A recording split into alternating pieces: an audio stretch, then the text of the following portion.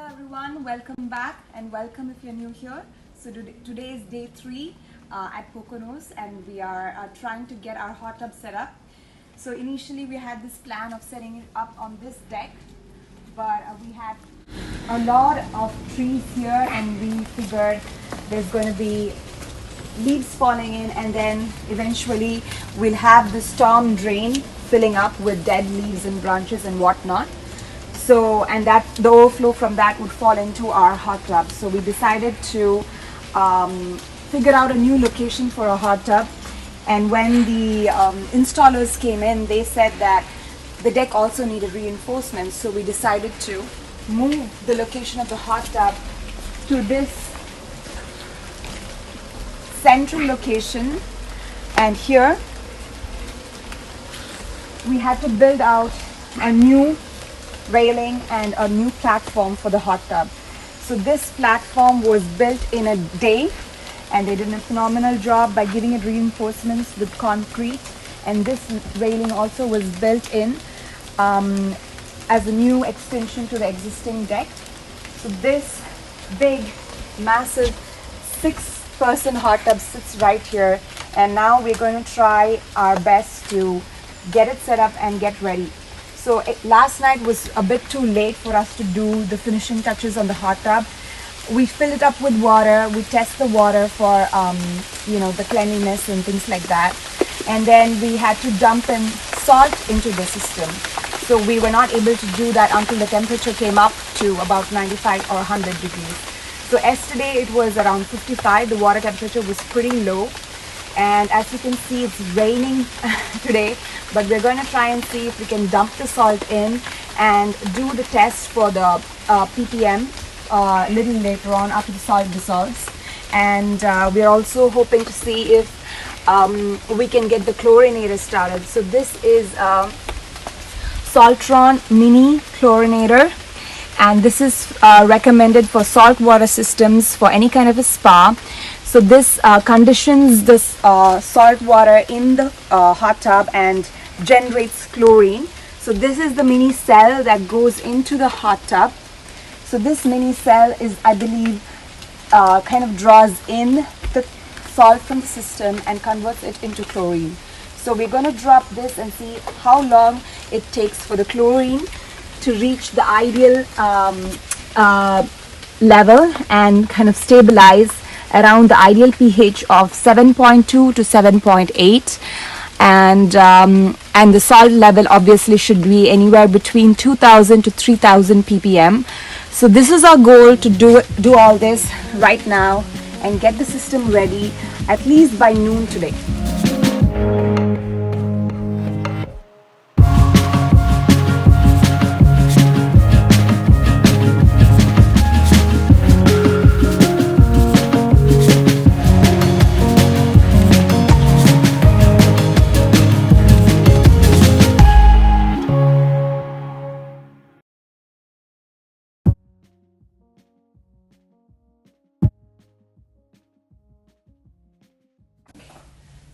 Okay, now I'm going to add the aqua salt to some hot water and dissolve it.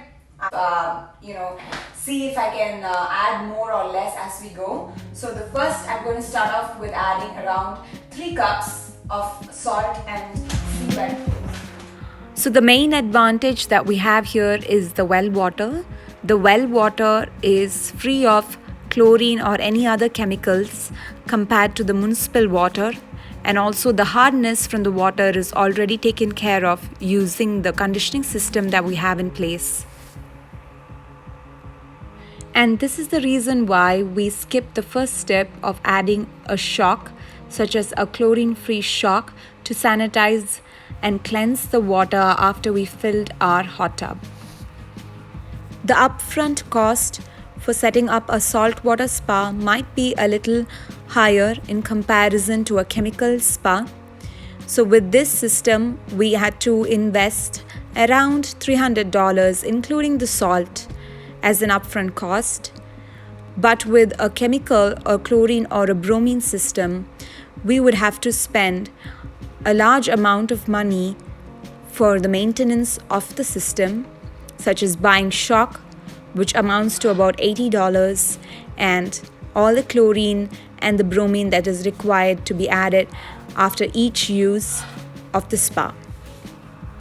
Just to give you some backstory as to why we went with a saltwater system instead of adding chlorine or bromine is because all these chemicals are not environmentally friendly to begin with, and also causes a lot of eczema flare-ups and psoriasis flare-ups. So with kids jumping into the spa occasionally, I thought this is the best choice to go with. And of course, you have the option of buying a saltwater spa instead and skipping the step of using the Saltron Mini. Right, let's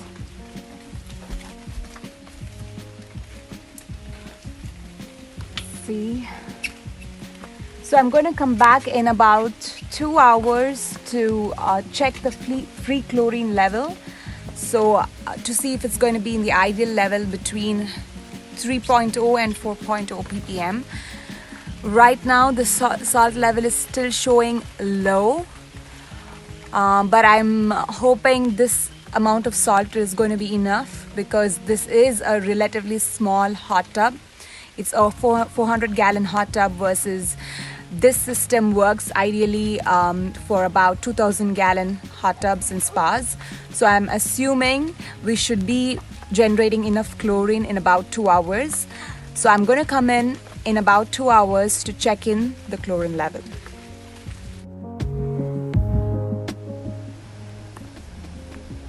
So we went ahead and checked after 2 hours and the salt level was still on the lower side.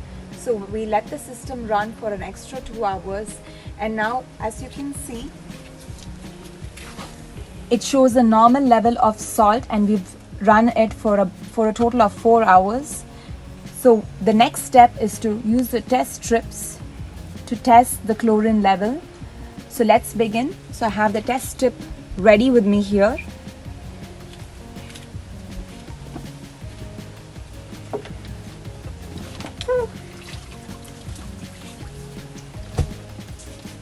I'm going to just dip the test strip for about 2 seconds and take it out of the water.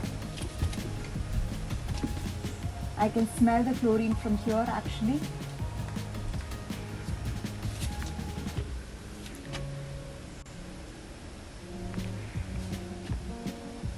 Okay, the total chlorine is now showing on the higher end or the lowest spectrum of the higher end, which is perfect, a light pink. The free chlorine is in between, which is a spa okay range, which is the light blue. The pH is in between the low and the high end, which is still okay, orange. Total alkalinity is in the okay range, again showing a little bit streaks of yellow, but here again around 120. Hardness is very low, which is a good thing, and the hyaluronic acid levels are also low, which is also a good thing. So awesome. I think the spa is now ready for us to use. So we're going to go jump right in and enjoy our day in our spa. Thank you so much for watching.